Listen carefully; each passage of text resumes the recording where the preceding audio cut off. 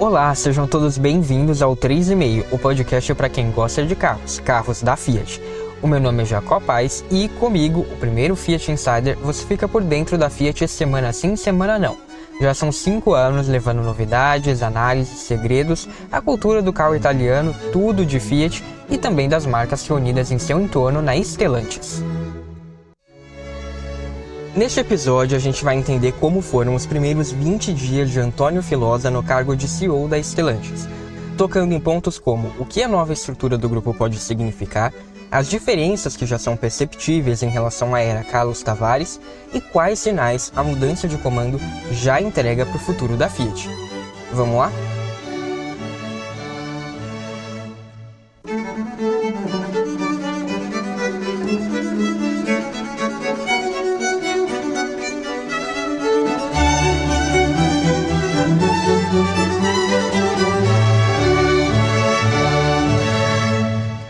No fim de maio, a Stellantis anunciou a nomeação do Antônio Filosa como novo CEO da companhia, que estava sendo liderada interinamente por um comitê desde a saída antecipada do Carlos Tavares, o antigo CEO, no fim do ano passado.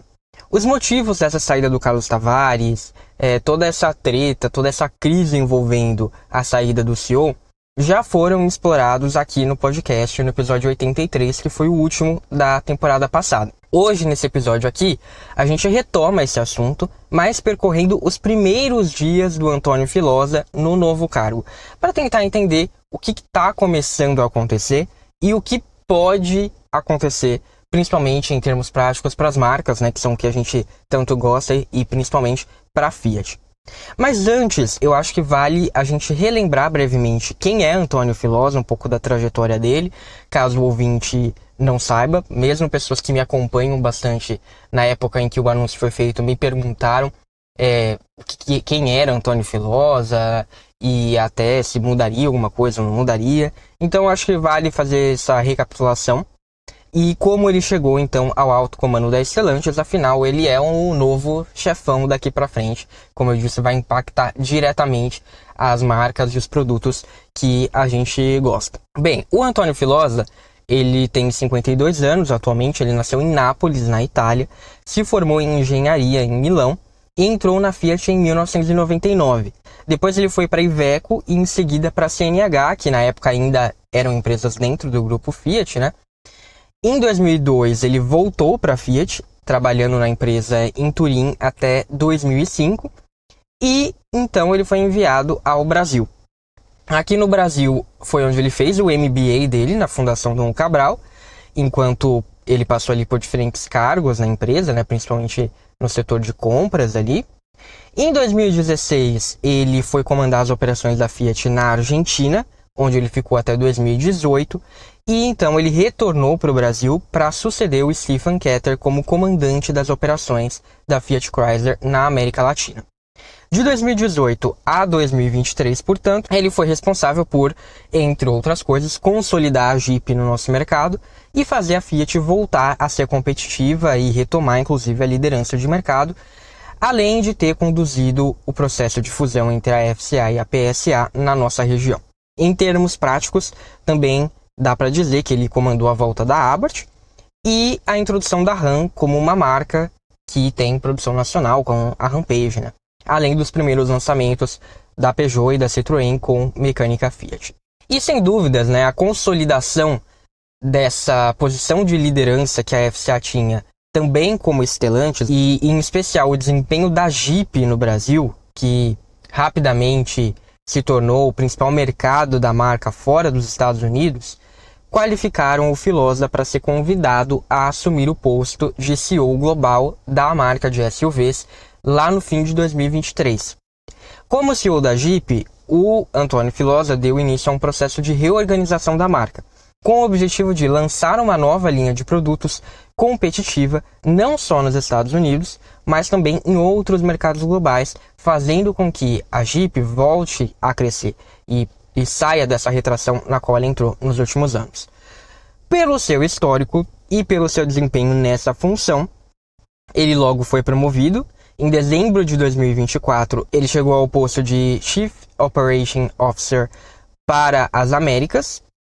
Na verdade, primeiro ele foi para a América do Norte. Depois, quando o Carlos Tavares saiu da empresa, ele assumiu também o comando para as Américas em geral, assumindo aí também a América do Sul, que ele já conhecia muito bem, afinal de contas é a nossa região.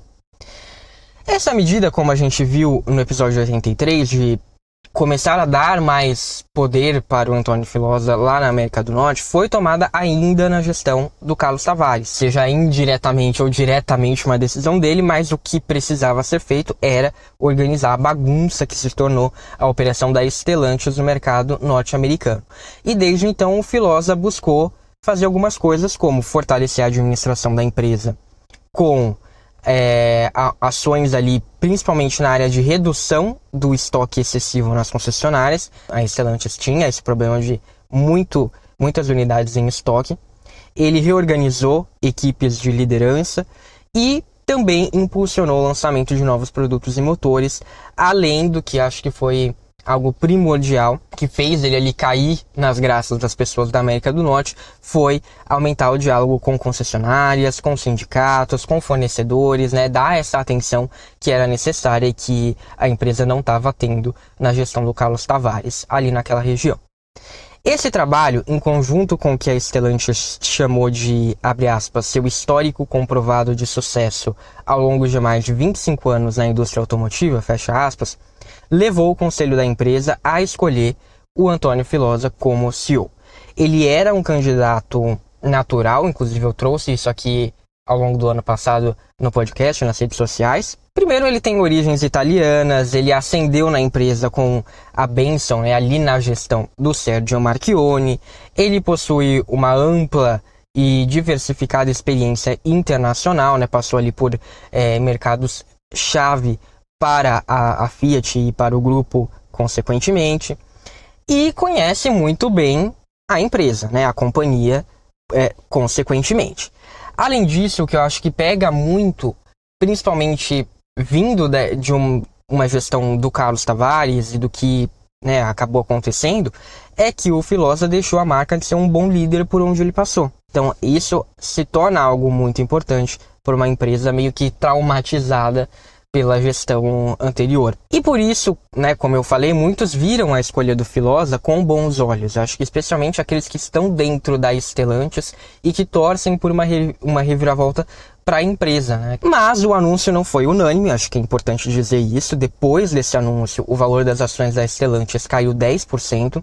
Alguns especialistas e investidores se decepcionaram com essa decisão, porque foi o fim de uma busca ali de 6 meses por um novo CEO, algo que foi muito alardeado, acompanhado e esperado, e no fim o que foi escolhido foi um executivo interno, né? Analistas ou investidores esperavam uma escolha que viesse de fora, talvez alguém que fosse mais gabaritado, né? Ou até mesmo alguém de outro setor. E, nesse sentido, o Filosa seria uma opção meio que low profile, uma espécie de aposta do comando da Stellantis em bancar esse tipo de executivo, né? Essa promoção de um executivo interno. Mas quem acompanhou a história da Fiat, que eu contei aqui ao longo da primeira temporada, e também trouxe em episódios especiais no ano passado, quando a marca fez 125 anos, sabe que o grupo já fez essa aposta, né, de ter grandes executivos, até de outras áreas, né, trazer grandes nomes. Isso quando vivia ali a maior crise da Fiat, realmente muito perto da falência. E de nada isso adiantou. Inclusive, em poucos meses, a Fiat trocou de CEOs, né, até encontrar ali o Sergio Marchionne, que, assim como o Filosa, era uma pessoa que tinha origens italianas, mas que não seria a escolha mais provável. O caso do Marchionne, porque ele estava ali no contexto de algum modo da Fiat, mas não estava na indústria automotiva. Então ele era um outsider. E aqui no caso do Filosa, ele está no contexto, ele está dentro, né, mas talvez não tivesse toda a pompa que se esperava para um CEO da quarta maior empresa do setor. Mas todos nós sabemos que o Marchionne, apesar de não ser a escolha mais provável, ou até que as pessoas, né, vissem com bons olhos até certo ponto, apesar disso, ele salvou não apenas a Fiat, como também a Chrysler. Essa decisão da Stellantis, essa decisão muito provavelmente partiu sobretudo do John Elkann, que é o presidente da Stellantis. Ele é bisneto do Giovanni Agnelli, que é um dos fundadores da Fiat, e inclusive justificou a escolha por Filosa com a seguinte declaração, abre aspas: "O profundo conhecimento que Antônio tem da nossa companhia, incluindo as pessoas, que ele considera nosso maior patrimônio, e da nossa indústria, o prepara perfeitamente para o cargo de CEO nessa próxima e crucial fase do desenvolvimento da Stellantis. Trabalhei de perto com Antônio nos últimos 6 meses, período em que suas responsabilidades aumentaram, e sua liderança forte e eficaz, abrangendo tanto a América do Norte quanto a América do Sul, em um momento de desafios sem precedentes, confirmou as excelentes qualidades que ele traz para o cargo. Juntamente com todo o conselho, aguardo com expectativa a oportunidade de trabalhar com ele." Fecha aspas. Já o Robert Peugeot, que é o vice-presidente da Stellantis, declarou o seguinte, abre aspas: "Recebemos com unanimidade a nomeação de Antônio como nosso novo CEO. Seu histórico de liderança bem-sucedida ao longo de seus muitos anos na nossa companhia fala por si só. E, junto com seu profundo conhecimento do nosso negócio e das complexas dinâmicas que nossa indústria enfrenta, fazem dele a escolha natural para ser o próximo CEO da Stellantis." Fecha aspas. Portanto, a partir de 23 de junho, Filosa assumiu o cargo, enquanto John Elkann continuou com seu papel como presidente do grupo, como já era na gestão de Carlos Tavares e antes disso na FCA, na gestão do Marchionni. E o que aconteceu desde então? Do primeiro dia do Antônio Filosa no cargo até hoje, se passou pouco tempo, são cerca de 20 dias, né? É mais ou menos aqui quando eu estou gravando, até o episódio ao ar, talvez passe um pouquinho, mas mais ou menos 20 dias. E ele reviu a estrutura da empresa, ele fez um tour por fábricas e até trouxe uma marca de volta, em menos de 20 dias aí. Mas, realmente, é pouco tempo para a gente dizer temos, assim, grandes mudanças práticas, né? Eu vou fazer aqui um panorama do que se destacou nesses dias e depois a gente começa a falar um pouco mais detalhadamente de alguns pontos. Então, no primeiro dia, foi 23/6, Filosa anunciou o novo time de comando da Stellantis. Na mesma semana, ele deu início a uma visita à Europa. Ele passou pela França e depois pela Itália. Na Itália, ele comandou o seu primeiro Town Hall, direto do Heritage Hub em Turim. Essa é uma espécie de reunião e assembleia, vamos assim dizer, com todos os funcionários da Stellantis, então a cerimônia foi transmitida para o mundo todo. Em 1º de julho, o CEO teve que reportar uma queda de 10% nas vendas do segundo trimestre nos Estados Unidos. No dia seguinte disso, meio que como uma resposta talvez, ele apontou o Tim Kuniskis como chefe das marcas americanas. Esse executivo voltou da aposentadoria depois dele ter saído do grupo em meio à gestão do Carlos Tavares. Ele já comandou as marcas Dodge e Ram e tem excelentes relações com os atores da indústria americana. Então, foi uma escolha muito acertada e muito bem-vinda, né? E o anúncio foi acompanhado do retorno da divisão SRT, que tinha sido definitivamente fechada, tendo em vista ali os planos de eletrificação do Carlos Tavares. A SRT vai ser responsável por versões esportivas de toda a gama das marcas americanas, bem como por preparar os modelos dessas marcas para competições esportivas. 7 dias depois, em 9 de julho, o Filosa chegou ao Brasil para iniciar a contagem regressiva para os 50 anos da planta de Betim e da Fiat no Brasil, além de marcar a produção do veículo de número 18 milhão, que foi um Fiat Fastback, um modelo que ele mesmo ajudou a lançar cerca de 3 anos antes. E no dia seguinte, 10 de julho, ele ainda inaugurou no Safety Center South America uma estrutura dedicada a testes de segurança de veículos híbridos e elétricos de alta voltagem. Como eu disse, são pontos que não são exatamente grandiosos, mas que já têm significados relevantes quando a gente faz uma comparação com a gestão anterior. As mudanças mais relevantes, claro, estão na esfera do corpo de executivos da Stellantis. Começando pelo fato de que o Filosa optou por permanecer chefe das operações para a América do Norte, portanto, sem entregar o cargo que ele tinha até então para assumir a posição de CEO. Então, com isso, ele vai comandar a Stellantis permanecendo nos Estados Unidos. Segundo fontes da Reuters, a decisão do Filosa de manter esse cargo na América do Norte foi tomada por conta do seu compromisso em continuar o trabalho iniciado há cerca de 9 meses, cujo objetivo é revitalizar a região, que é o cerne dos problemas recentes da Stellantis. Ainda de acordo com essa fonte, o novo CEO também gostaria de continuar a gerenciar o impacto das tarifas americanas anunciadas pelo Donald Trump, que eu já comentei aqui dessa temporada atual do podcast. Ainda que analistas da Jefferies tenham se declarado meio que céticos com essa decisão do Filosa de manter os 2 cargos, pelo fato de que eles entendem que talvez fosse melhor ter alguém em tempo integral na função de revitalizar as operações norte-americanas, não dá para negar que se trata de uma grande diferença em relação à gestão do Carlos Tavares. Porque o Carlos Tavares exercia as suas funções a partir da Europa, mais precisamente ali dos escritórios globais da empresa nos Países Baixos, que é a sede fiscal da Stellantis. Aliás, esse é um ponto polêmico envolvendo o comando do antigo executivo, que foi inclusive acusado de negligenciar as operações da Stellantis no seu maior mercado mundial, e que só visitava os Estados Unidos algumas vezes a cada 1 ou 2 meses. Isso só se tornou mais frequente no ano passado por conta da crise. Segundo a Reuters, o Filosa planeja se encontrar presencialmente com o time sênior de liderança pelo menos uma vez por mês. Então também é uma grande diferença, até porque o Carlos Tavares instaurou uma política de trabalho remoto para todo mundo que fosse possível dentro da Stellantis. E para fazer isso, o Filosa montou um mecanismo que ele chamou de SLT, é uma sigla para Stellantis Leadership Team, que é uma estrutura que lembra bastante aquela que o Sergio Marchionne implementou quando ele chegou ao Fiat Group e depois à FCA.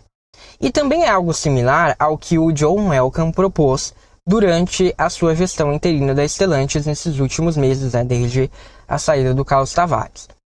Nesse grupo vão estar os líderes das principais áreas da empresa, e todos os promovidos são pessoas que já estavam na Stellantis. Então a gente vai ter o Doug Ostermann, que continua como CFO, chefe das finanças, mas também passou a ser responsável por fusões, aquisições e joint ventures. A gente tem o Jean-Philippe Imparato, que continua como head da Europa e das marcas europeias, mas agora a Maserati passa a ser integrante desse grupo.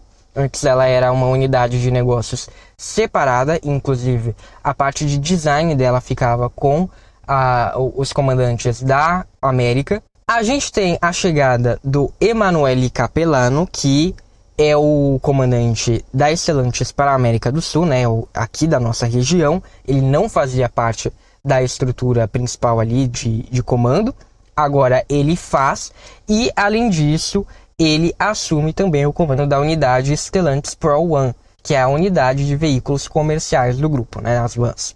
E também nessa estrutura, no SLT, estão os responsáveis pelas demais regiões do mundo, pelo Stellantis Financial Services, pelas áreas de planejamento, desenvolvimento de produto e tecnologia, qualidade, compras, supply chain, manufatura, recursos humanos, mais sustentabilidade, e assuntos corporativos, mais comunicação.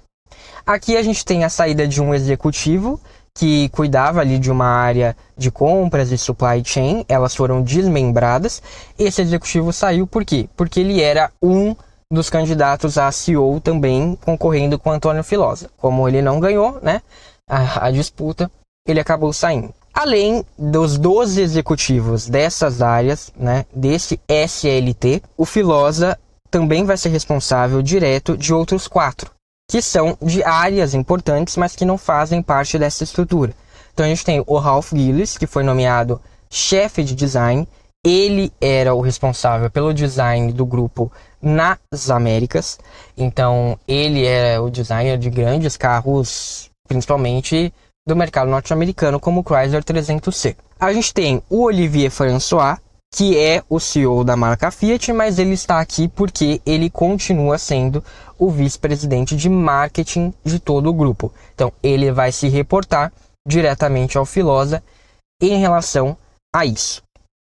A gente tem Alison Jones, que é responsável por peças, serviços e economia circular, e Giorgio Fossati, que é líder do Conselho Geral. Então, a gente tem mais esses 4 aí, totalizando 16 executivos que se reportam diretamente ao Antônio Filosa. O Carlos Tavares tinha 33 executivos que se reportavam diretamente a ele. No mercado, essa ausência de grandes mudanças na equipe de gestão não pegou tão bem, porque, como eu disse, é uma estrutura parecida com o que a empresa tinha até então, principalmente com o que a gestão interina do John Welcome estava apresentando, e então essa falta de mudanças mais substanciais pegou alguns investidores ali de surpresa, porque eles esperavam um choque maior na estrutura. Depois desse anúncio, as ações da Stellantis caíram mais de 5% e chegaram a ficar suspensas no início do dia. No meio do dia, elas tinham recuado 2%, ficando entre as piores do índice Blue Chip italiano, um sinal de que essas mudanças sutis deixaram sim alguns investidores decepcionados. Outro acontecimento sutil, mas cheio de significados, foi a escolha do Filosa de iniciar sua gestão com tours pelas fábricas ao redor do mundo, e também as regiões escolhidas para fazer isso numa ordem estratégica. Então, partindo do fato de que ele vai se estabelecer nos Estados Unidos, ou seja, ele vai continuar ali, o primeiro local que ele visitou foi a França, que é o berço da Peugeot. Isso é até algo semelhante ao que o Carlos Tavares fez, né? Ele, como antigo CEO da Peugeot, o primeiro mercado que ele visitou, o primeiro país que ele visitou, foi a Itália, para dizer que não iria fechar nenhuma fábrica lá. Em seguida, o Antônio Filosa foi para a Itália, que é o seu berço, né? Onde hoje a Fiat é muito criticada por supostamente ter sido surrupiada pela Peugeot. E não só ele visitou Turim, como ele sediou de lá a reunião com todo o time, né? Que foi aquela reunião que eu falei, o Town Hall, direto do Heritage Hub, que é um local em que todos os carros clássicos das marcas italianas ficam armazenados, né? Dentro da fábrica de Mirafiori, que é a planta que nos últimos anos passou por sucessivas interrupções nas linhas de montagem devido à queda na demanda pelo Fiat 500e, que é o único produto de volume feito lá. Então, eu acho isso muito simbólico, né? Primeiro você faz ali uma passagem protocolar pela França, né? Para dizer ali que, né, que apesar de você ser do outro lado, é um país muito importante. E depois você manda uma mensagem muito clara falando, olha, eu vim aqui na primeira apresentação, na primeira comunicação com todos os funcionários, eu estou fazendo isso diretamente do Heritage Hub de Turim, que é o berço das nossas marcas italianas. Então, acho que isso diz algo muito claro. E por fim, ele chega ao Brasil, que é o mercado onde a Stellantis domina como nenhum outro, né?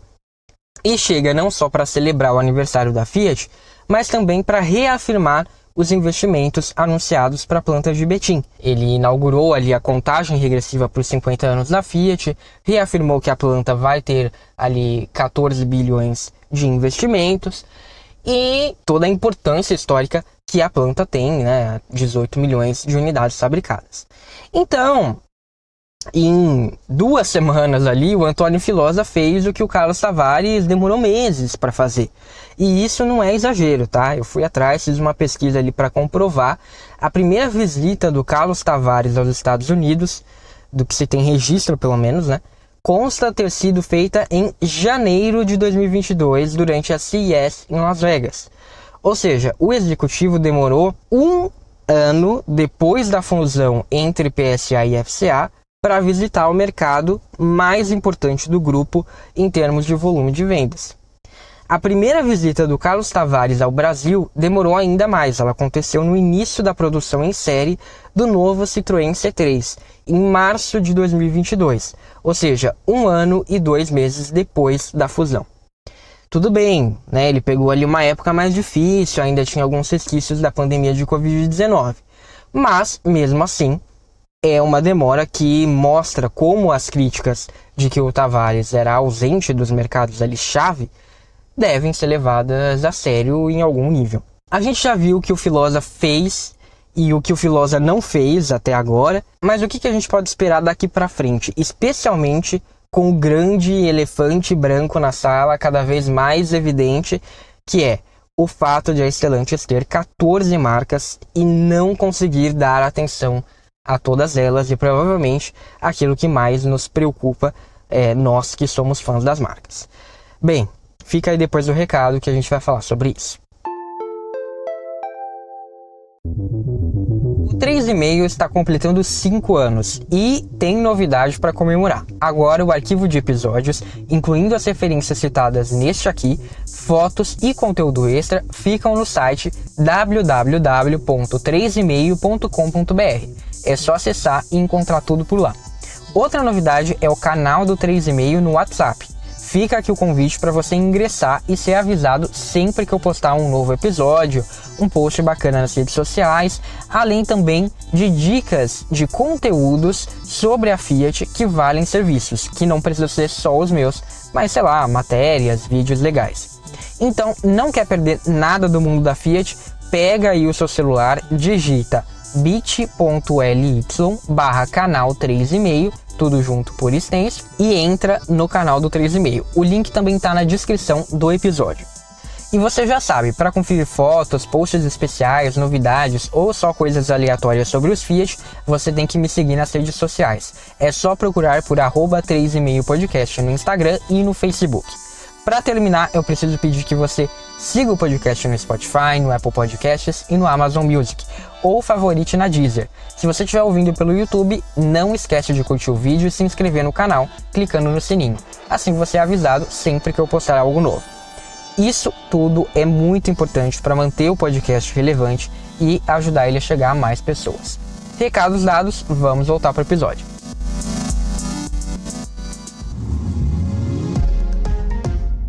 Durante a sua visita à Europa, o Antônio Filosa fez a sua primeira declaração pública como CEO da Stellantis. E ela foi justamente sobre o plano estratégico de longo prazo da empresa. Em uma videochamada feita de Turim, na Itália, que foi compartilhada pela empresa com repórteres, o Filosa declarou o seguinte, abre aspas, já começamos a analisar nosso plano estratégico de longo prazo, que compartilharemos quando estivermos prontos. Fecha aspas. Então assim, não foi nada incrível, nada, né? Mas ele disse que está sendo feito, né? Por quê? Porque o atual plano de longo prazo da Stellantis, até que o Filosa anuncie essa mudança, é o Dare Forward 2030, que foi apresentado em março de 2022 pelo ex-CEO Carlos Tavares. Com esse plano, a Stellantis planejava dobrar as vendas líquidas até o final da década e manter margens operacionais de 2 dígitos. No entanto, como a gente viu no episódio 83, isso está bem longe de acontecer. Esse plano também prevê que, até 2030, 100% das vendas na Europa e 50% das vendas nos Estados Unidos sejam de veículos elétricos. E que em outras regiões do mundo isso vá crescendo ali, principalmente aqui, por exemplo, na América do Sul, tinha ali uma previsão de que 25% das vendas do grupo fosse de veículos eletrificados até 2030. Ela queria, inclusive, ser líder, né, de mercado nessa fatia. Bem, mesmo se a Stellantis não tivesse vivido a crise que viveu, eu acho que esses planos já estariam desatualizados, porque vamos pegar como exemplo o Fiat 500e. Eu acho que ele é um excelente exemplo para isso. Por quê? No ano em que o Dare Forward de 2030 foi anunciado, 2022, o Fiat 500e teve pouco mais de 65 mil emplacamentos. O que foi um número relevante, era um número relevante, até meio que empolgante ali, né? Tanto é que tinha a decisão de o carro ser 100% elétrico, né? Não ter versões a combustão. Porém, né, as coisas foram mudando, o mercado foi mudando, acho que não é uma coisa nem só da Stellantis, né? Existe o agravante que é a crise da Stellantis, mas a gente tem uma conjuntura de mercado. No ano passado, o Fiat 500e não chegou nem mesmo nos 40 mil emplacamentos. Isso significa uma queda de mais de 40% em 2 anos. é muita coisa. Ele é um símbolo não exatamente da crise da Stellantis, né? Porque eu não acredito que seja exatamente só um fator da Stellantis em si. É mais um revés que a adoção dos carros elétricos vem tendo, né? Um ritmo mais devagar do que o esperado. A Fiat esperava que até 2027 o preço do carro elétrico se igualasse ao preço do carro a combustão. E não é isso que a gente está vendo na prática. Está indo para 2026 e ainda existe uma boa diferença entre isso na Europa, né? Imagine em outros mercados. Na própria Europa, a gente tem versões híbridas leves do Grande Panda por menos de 17 mil euros, enquanto uma versão elétrica não sai por menos de 22.900 euros, né? 23 mil euros, o que é uma diferença considerável ali no mercado europeu. Então, ainda estamos um pouco longe de uma coisa estar igualada à outra. É um plano que tem metas cada vez mais fora da realidade. É preciso fazer essa correção de rota, é preciso que seja feito esse ajuste para que não haja uma decepção ainda maior. Não dá para dizer, por enquanto, o que o Antônio Filosa vai fazer a respeito disso, né? Como ele disse, ele já iniciou essa revisão, mas tudo o que o executivo tomou de decisão até agora mostra que o meu palpite lá no episódio 83 foi certeiro. Porque naquela ocasião eu disse que se a Stellantis optasse por um novo CEO alinhado mais ao lado FCA do grupo, ele provavelmente voltaria a concentrar sua atenção nas marcas americanas. Não só porque boa parte da crise do grupo está lá, mas também porque são as marcas mais lucrativas e com maior volume de vendas. Nos últimos 10 anos, o market share da Stellantis nos Estados Unidos e no Canadá deixou de ter 2 dígitos. Então, antes ele ultrapassava, se você pegar assim, lá 2015 a 2018, né? Ele flutuava um pouquinho ali entre 11, 12, 13% de market share para não chegar nem mesmo a 9%, né? No ano passado a Stellantis ficou com 8 e pouquinho de market share. Então qualquer novo CEO daria uma prioridade a isso. Mas um novo CEO que vem da escola de Sergio Marchionne vai levar essa missão a cabo com muito mais afinco. Vai dar muito mais atenção a isso. E tudo o que o Filosa fez até agora comprova que é esse o caminho. Como se não bastassem as medidas administrativas, ou seja, ele ficar lá nos Estados Unidos, ele dar uma atenção maior ele mesmo a isso, ele trazer de volta um executivo muito importante, né, muito querido, muito benquisto pelos atores norte-americanos para ser o chefe ali das marcas, das operações de vendas e de marketing delas ali naquele mercado, já mostra isso. E então, como se não bastasse isso, o que a Stellantis fez? Anunciou a volta da SRT, trouxe de volta os motores MV8 para modelos da Ram e da Dodge.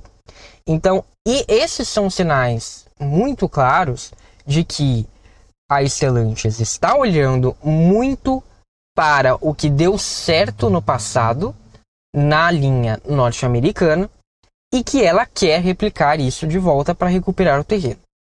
E o próximo passo, com certeza, vai voltar a ser apostar as fichas na Jeep como uma marca de maior potencial de crescimento. A Jeep foi uma das marcas da Stellantis que mais perdeu volume de vendas quando comparado aos números pré-pandemia. Tem uma análise do Car Industry Analysis, que é um perfil lá do Instagram. As vendas da marca de SUVs retraíram 35% em 2024, quando comparado a 2019. Foi a maior perda no top 3 das marcas do grupo. O top 3 da Stellantis é Fiat, que perdeu só 10% de 2019 para 2024, graças ao Brasil, vamos ser bastante honestos. Em segundo lugar vem a Peugeot perdeu 25% nesse período. E em terceiro lugar vem a Jeep, que retraiu 35%. Até tem algumas marcas que retraíram mais, né? Algumas bem mais do que isso. Mas nenhuma retraiu, só a Ram chegou ali próximo, nenhuma marca de grande volume retraiu tanto assim quanto a Jeep. É muito provável e é muito lógico que o grupo queira ir atrás desse percentual perdido e que entenda que a Jeep tem potencial para isso. de fato, ela é a marca que está ali no segmento mais aquecido. Então, ela tem potencial para fazer isso. Mas, obviamente, a gente vai voltar para aquela discussão, para aquela velha discussão. A FCA já investiu muito na Jeep e a Jeep não necessariamente chegou onde se queria chegar. Ela atingiu um pico ali em algum dos anos de FCA, não me lembro exatamente qual. Ela chegou a vender mais do que a Fiat. Depois a Fiat já voltou. Assim que a Fiat se recuperou no Brasil, a Fiat voltou a ser a marca mais vendida do grupo, inclusive depois da chegada de Peugeot e de Citroën também, né, que tem um alto volume de vendas na Europa. E a Fiat continuou sendo a marca número 1 da Stellantis em termos de volume. Além dessa questão da Jeep, que me parece muito provável que vá acontecer, a gente tem a situação da Chrysler, que beira o vexame, né? A marca completou ali 100 anos do modo mais melancólico possível, inclusive com uma oferta pública ali que o bisneto fez o bisneto dos fundadores fez para comprar a empresa de volta da Stellantis, porque a Stellantis não está fazendo um bom trabalho. O único modelo da Chrysler que estava em desenvolvimento teve o projeto congelado, então é uma situação feia que a Stellantis precisa dar um fim a essa história, né? Qual que vai ser o fim? Vai ser matar a marca ou não? Vai ser realmente investir nela? Precisa desse arremate do que fazer com a Chrysler. E uma situação parecida, a Dodge, né? Ela tem poucos modelos, ela viu a tentativa de fazer um muscle car elétrico fracassar. O carro foi lançado e algumas pessoas nem sabiam que ele foi lançado. Primeiro começa aí. Em segundo lugar, tá com estoque alto, a Dodge teve que rever o preço, tem que dar descontos muito grandes para conseguir vender esse muscle car elétrico. Já está flertando com a ideia de trazer os muscle cars a combustão de volta, né? Inclusive já até anunciou que vai fazer isso. Então é também uma marca ali delicada, né? Que estava caminhando para a linha do ostracismo. Esse anúncio de falar, não, peraí, a gente vai dar um passo para trás, a gente vai recuar nessa decisão, já é um indício do que a Stellantis vai fazer, né, de tentar reverter essa tendência.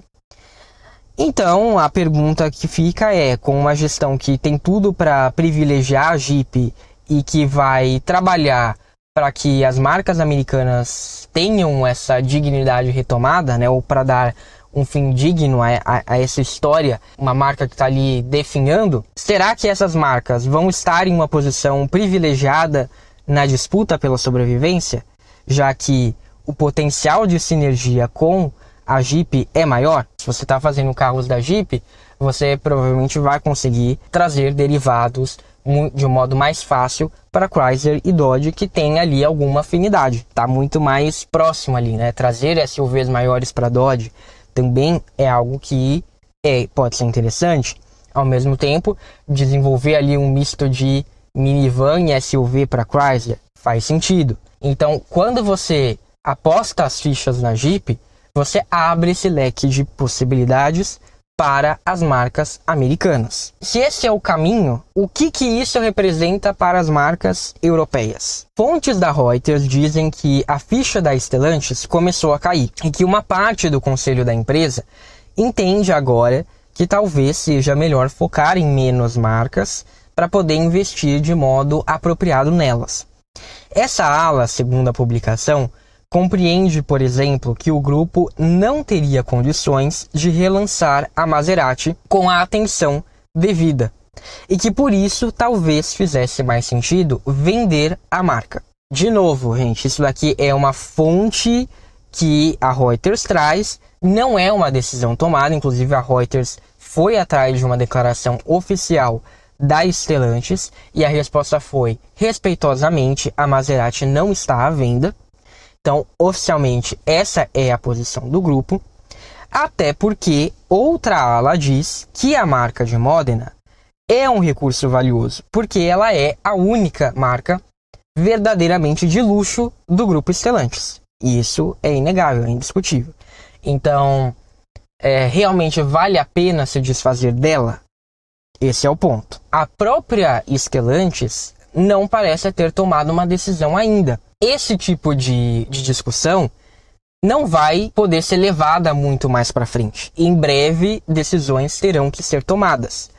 E o que eu estou colocando aqui na mesa é que, provavelmente, uma coisa que é muito mais plausível de ser definida é que o lado norte-americano vai ter investimentos, vai ter uma devida atenção por conta da Jeep. Então, assim, o pessoal fica falando, é porque a Stellantis virou francesa, porque a Stellantis é italiana. Agora ela vai ser americana, nenhuma coisa nem outra, né?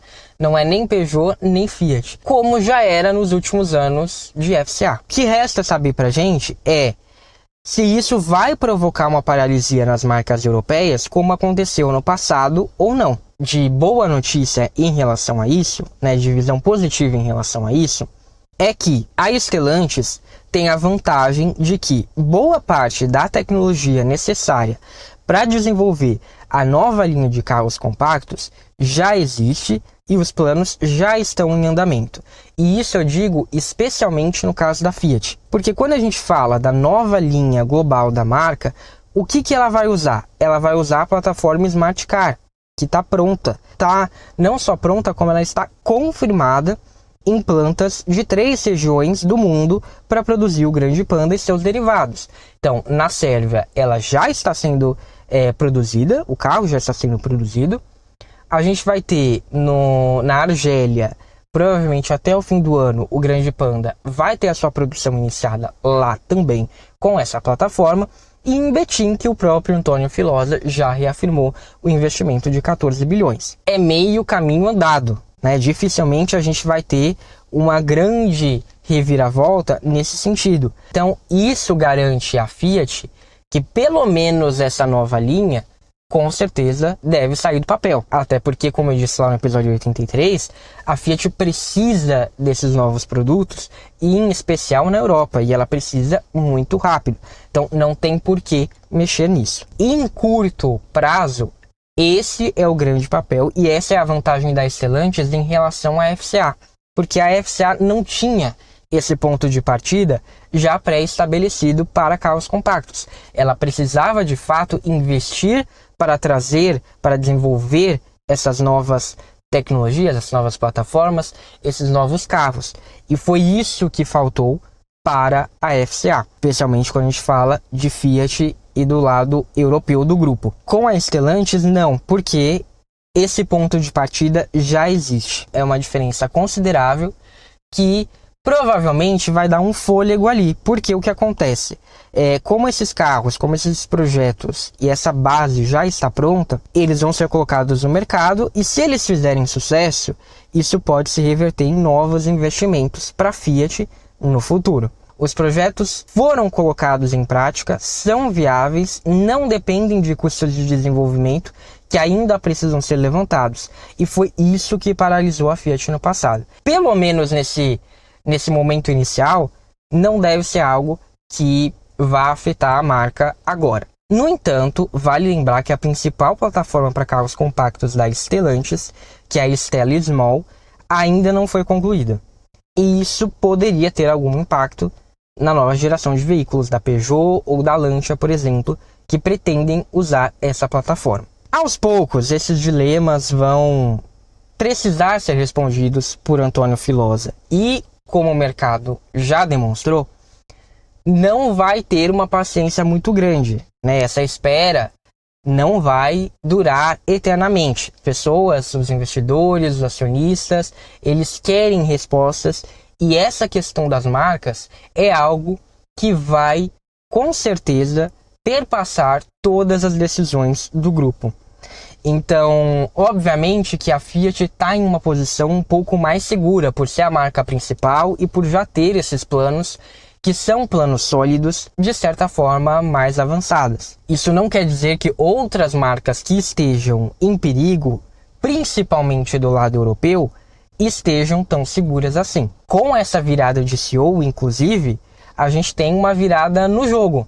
Porque se antes, com uma visão mais alinhada ao lado europeu do grupo, as marcas europeias, as italianas, né, como Lancia, como Alfa Romeo, ou até mesmo as francesas, como a DS, elas poderiam ter um papel um pouco mais privilegiado, enquanto as americanas estavam de fato definhando. Com essa mudança de comando, o jogo, na minha opinião, vira. As americanas passam a ter muito mais chances de prosperar do que as europeias. É claro que ninguém vai chegar aqui e matar todas as europeias ou matar todas as americanas. Provavelmente vai ser um mix disso. Mas, a meu ver, as americanas passam a ter essa posição mais privilegiada. Resta aquela velha questão que marcou a gestão da FCA. A empresa vai ser capaz de encontrar um equilíbrio entre os carros compactos, que são tão necessários para as marcas europeias, e os SUVs e muscle cars, que são essenciais para o sucesso das marcas americanas? Porque se a Stellantis tiver que escolher um ou outro, talvez a gente já saiba o que vai vir aí. Por hoje foi isso, eu espero que você tenha gostado do que ouviu e agradeço pela companhia até o final. Me manda uma mensagem ou deixa aí nos comentários o que você pensa que Antônio Filosa deveria fazer agora que é o CEO da Stellantis. Obrigado, um abraço e até a próxima, ou no @3,5podcast nas redes sociais.